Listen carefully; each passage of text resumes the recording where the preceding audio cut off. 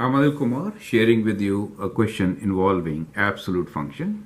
We are given f of x equals to 1 over x plus 1 over absolute x.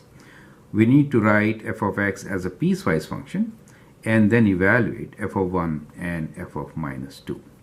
So whenever you have absolute x in any expression, it could always be written as a piecewise function.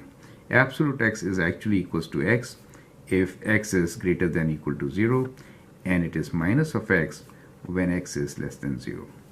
In the given function, we should also write the restrictions that x is not equal to 0, right?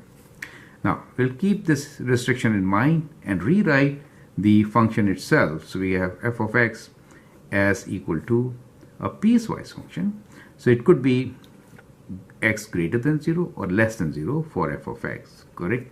So when x is greater than 0, in that case absolute x is positive, so I'll write this as 1 over x plus 1 over x when x is greater than 0.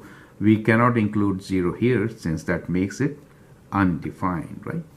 Now, if it is less than 0, in that case the expression will be 1 over x plus 1 over minus x. Since the absolute value of x is negative when x is negative x when x is less than 0, right?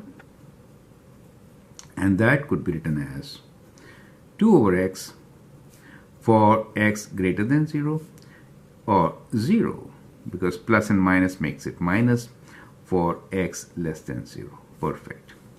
Now based on this we can find the values. The values are f of 1 is equal to, just substitute 1 in the expression. Since 1 is greater than 0, f of 1 will be, we'll use the 2 over x value, so it is 2 over 1, which is 2. How about f of minus 2?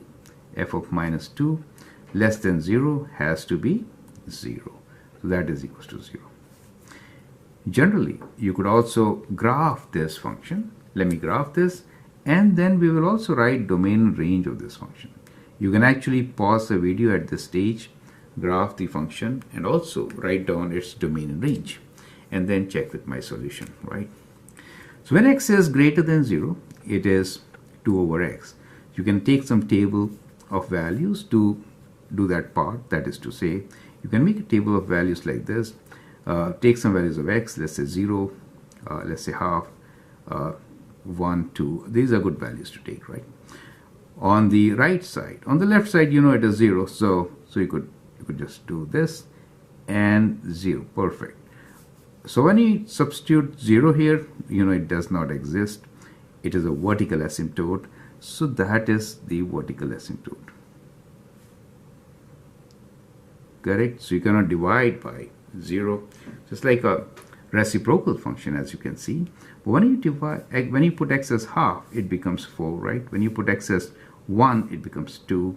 When you put x as 2, it becomes 1, correct? So if I write x as 4, I'm avoiding fractions, as you can see, then the value will be half. Is it okay? Substituting these values, let's say, 0 we already taken, half as 4. So let's say this is 1, this is, okay, 2, 3, okay, 4, okay. In that case, what we have here is for half 1, 2, 3, and 4. Let me extend this now. I was trying to sketch it without scale earlier, but now I think I will sketch with a scale. So at half, we have 4, kind of, okay. At 1, it is 2. At 2, it is 1. At 2, it is 1. And at 4, it is half. At 4, it is half.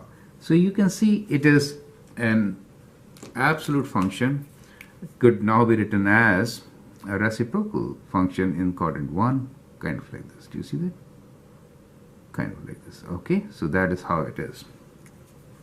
Table of values definitely help to sketch the graph better, right? So that's how it should look like. Arrows on both the ends with horizontal asymptote right there as x-axis, right?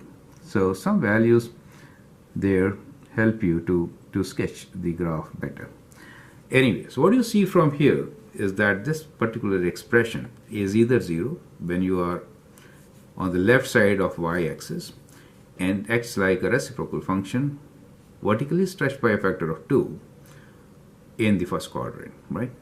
I hope that really helps. And from here, you can always cite domain and range. So we know domain of this function is from 0 is not included, so it's from minus infinity to 0, union 0 to infinity.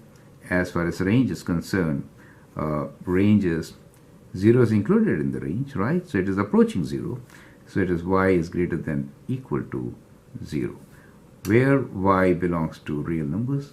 So I'm writing them in different notations, right? Normally, you should write in same notations. I hope that helps. So have a good look at it. Try to understand this function. We'll also take this up as a problem in finding limits when you're approaching from one side. It's a very interesting question. I'm Anil Kumar, and I hope that helps. Thank you, and all the best.